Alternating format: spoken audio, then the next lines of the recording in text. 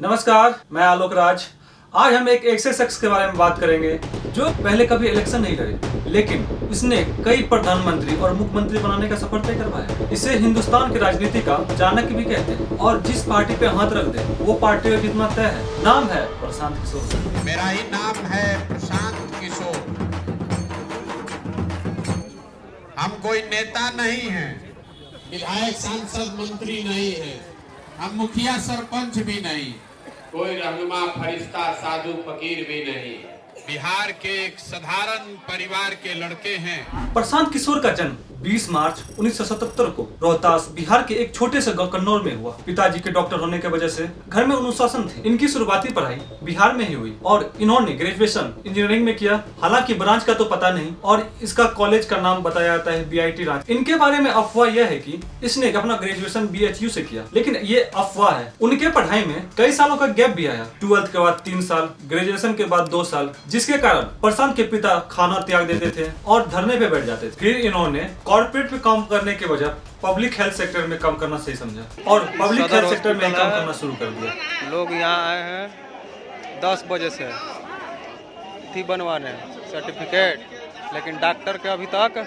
पता नहीं है। फिर उनके पोस्ट ग्रेजुएशन के बाद UN में हेल्थ केयर स्पेशलिस्ट के रूप में काम करना शुरू किया। उनका पहला पोस्टिंग हैदराबाद में हुआ, जहां वो एक UN फंडेड प्रोग्राम के साथ काम करना शुरू किया। उनकी अगली पोस्टिंग बिहार में हुई, जहां वो पोलियो एजुकेशन कार्यक्रम में ज्वाइन हुए।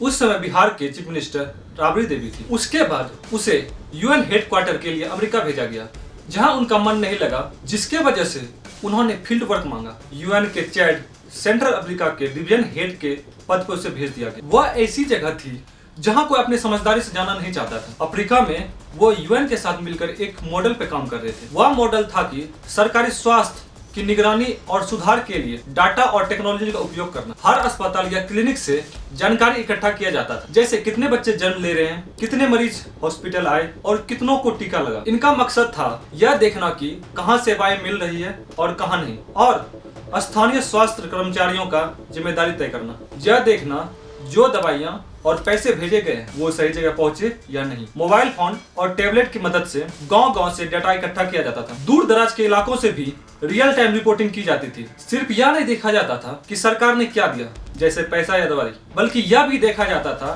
कितना सुधार हुआ, जैसे लोगों की सेहत कितनी सुधरी। इकट्ठे किए हुए डाटा को विश्लेषण किया जाता था ताकि यह पता चल सके कहाँ अभी सुधार हुआ और कहां अभी भी समस्या बाकी। इन आंकड़ों के आधार पर अगली नीतियां और एक्शन प्लान बनाए जाते हैं। एनालिसिस के बाद भी अगर किसी क्षेत्र में सुधार नहीं हुआ तो वहां अतिरिक्त ध्यान और साधन दिए जाते थे। इसी तरह की मॉनिटरिंग और इवोल्यूशन से समझा जा सकता था कि कौन सी योजना सफल है और कौन सी योजना को सुधारने और बदलने की जरूरत है। फिर पीके ने राज्य सरकार के हेल्थ सर्विसेज, जनसंख्या नियंत्रण और विकास नीतियों पर एक विस्तार चिट्ठी लिखी। यह चिट्ठी उन्होंने गुजरात के एक वरिष्ठ IAS अधिकारी को भेजी। उस IAS अधिकारी ने यह चिट्ठी तब के मुख्यमंत्री मोदी जी को दिखाया। मोदी जी अब चिट्ठी पढ़े वो प्रभावित हुए कि एक युवा हेल्थ एक्सपर्ट में इतना गहराई रखता है और नीति निर्माण के लिए इतना ठोस सुझाव दे रहा है। नतीजा ये हुआ कि मोदी जी ने पीके को अपने पास बुलाया और उनसे मुलाकात की। यह कहते हैं कि पीके अगर किसी से एक बार मिल ले तो वो अपने कामों से सामने वाले को प्रभावित कर देता है। हुआ भी वही। यही मुलाकात आगे चल के राजनीतिक नीति कार्य की शुरुआत हुई और उस वक्त मोदी जी अपना नेशनल इमेज बनाने की कोशिश कर रहे थे। यह बात हम लोग 2011 और 2012 की कर रहे हैं। 2012 में पीके ने